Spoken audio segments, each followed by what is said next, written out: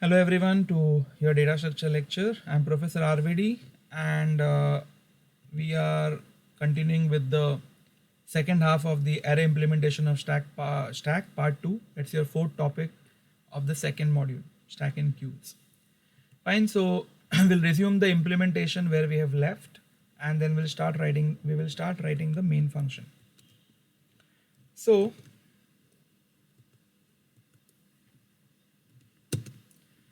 if you remember, this is what we have done in the previous lecture. We have implemented all the functions of the stack and now we would be writing the main function. Fine. So let us see how can we have a main function. So void main. Okay. The first thing I need to create is a stack. Okay.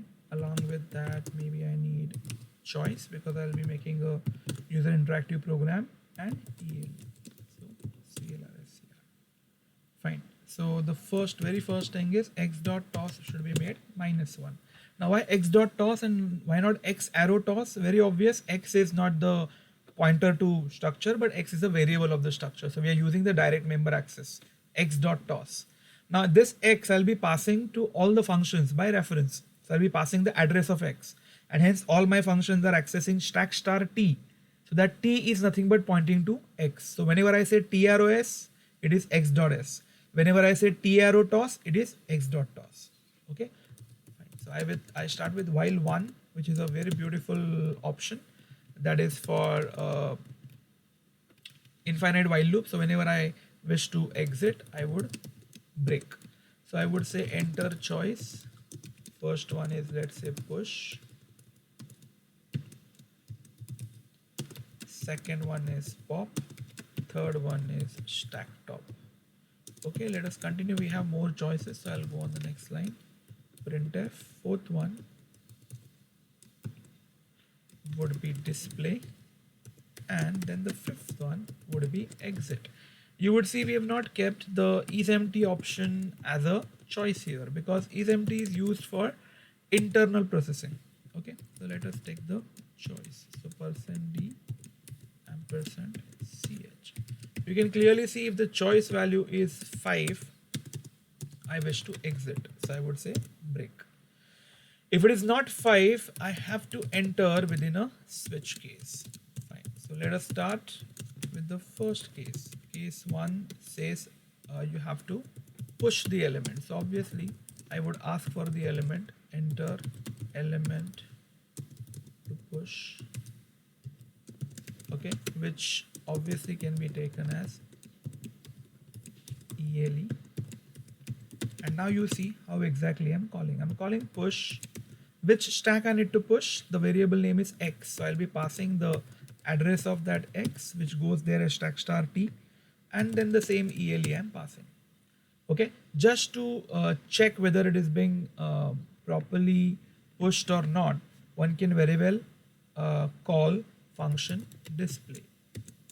Okay, I generally call it as fokat ka display, so that it's not required, it's not asked there, but just to check whether my element got pushed properly or not, I'm calling display. Okay, and that's the end of the first case. So you can see this is how the case 1 could be designed. I've got a lot of common part, so maybe I can copy paste, and then let us design case 2. Now what is case 2? Case 2 is the pop function. So I'll be having the element getting popped. But now there is a problem, because if at all there is a stack underflow error, then my function pop cannot pop the element, but it returns -1. So what trick we need to apply here is we would be checking whether the stack is empty or not from outside only. And if the stack is empty and we are in pop case, you know that.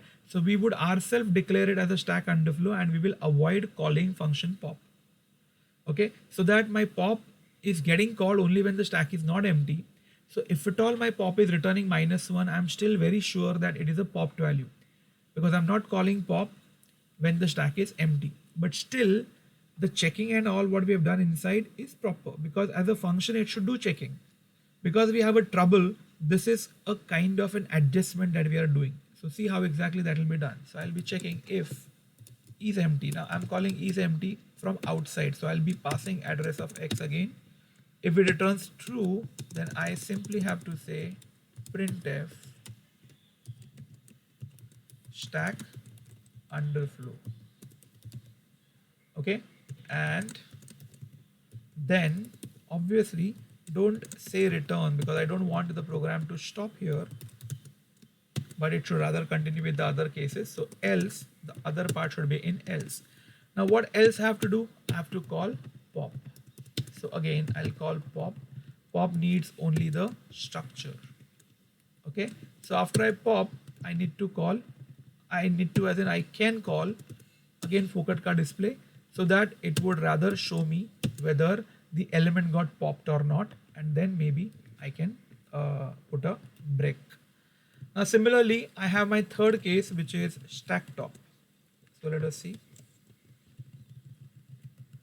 Let us see what are the changes here. So in case 3, I'll again call case 3 stack top. So I'll again call is empty. Only if the stack is empty, I avoid calling it as an underflow. I would simply call it as stack empty. Else, okay, there is one more change we need to do. Obviously, the element which is popped has to be put somewhere, and then we have to say printf popped element equal to %d /n and ele, and then maybe we'll print the stack. Okay, so the same is required here also. Okay, yeah, something went wrong, so I guess I would prefer typing here.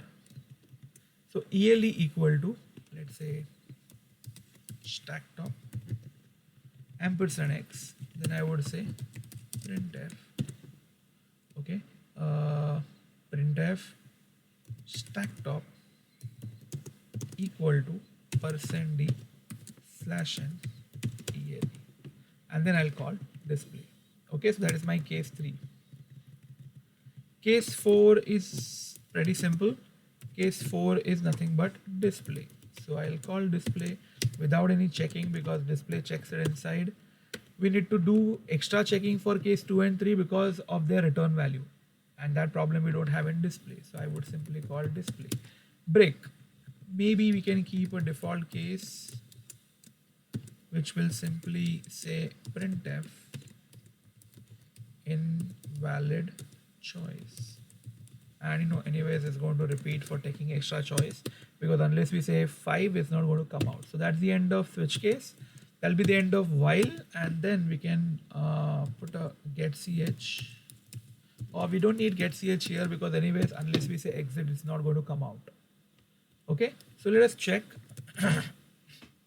Yeah, so there are no errors. If at all there are some errors, you can very well check and we can correct them.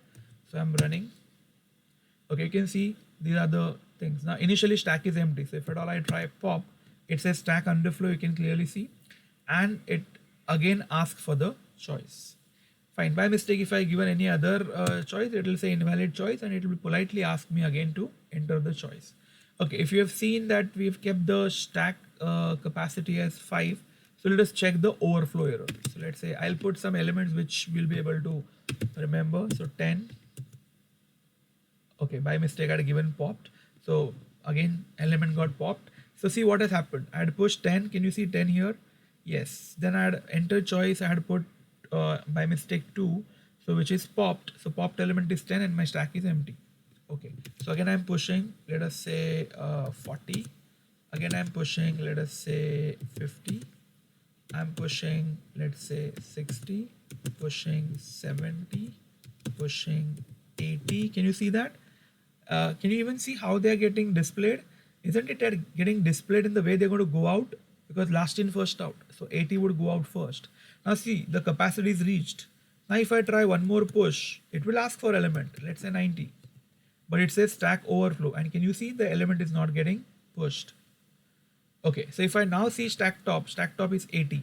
Let us see again, stack top is still 80. It will be 80 till you do any other operation. Now push is not possible. So if I do pop, 80 should get popped.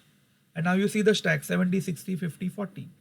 So now if I call stack top, it should be 70. Again pop, 70 is popped, 50 is 60 is popped. Now if I call stack top, it will be 50. You call stack top maybe multiple times, it will not change the answer. Okay, I call pop, then 50 got popped, now only 40 is remaining, so that has to be the stack top. Okay, now if I pop again, popped element is 40, stack empty. So if I pop again, it will give me underflow. But if I do stack top again, it will simply say stack empty. So everything's rather working as per our design. So if I say 5 exit, it will exit from the program. Okay, so we have written wonderful main function which is rather user interactive, and it will work as many times as you want till you go for exit. Okay, I implemented step by step in this video, so you will always be able to look back and see how the things can be implemented, and you can try it yourself. This rather will always be our style of writing the main function. So in most of the data structures we'll implement further, you would see the similar style, only the internal cases will get changed depending on the functions which we would be having in that data structure. Okay, so that's it currently for the second part. And if you have observed, we had completed the array implementation of stack. Okay, and now we know completely how it works. We have implemented and we have even tested that it is working fine.